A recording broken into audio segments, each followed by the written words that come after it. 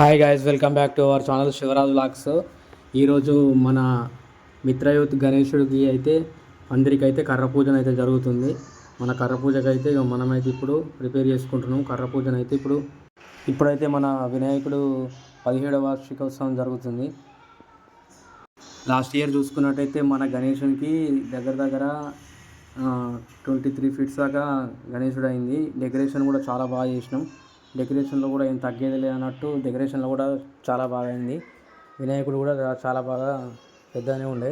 ఈసారి కూడా అట్లనే చేద్దామని కోరుకుంటున్నాం. ఇంకా లాస్ట్ ఇయర్ అయితే మనకు మన గణేష్ మండపం వద్ద దగ్గర 9 రోజులు కూడా నిర్విరాగంగా అన్నదానం అయితే జరిగింది. ఈ సంవత్సరం కూడా అట్లనే అన్నదానం జరుపుతున్నాము. అందరూ తప్పక రాగలరు.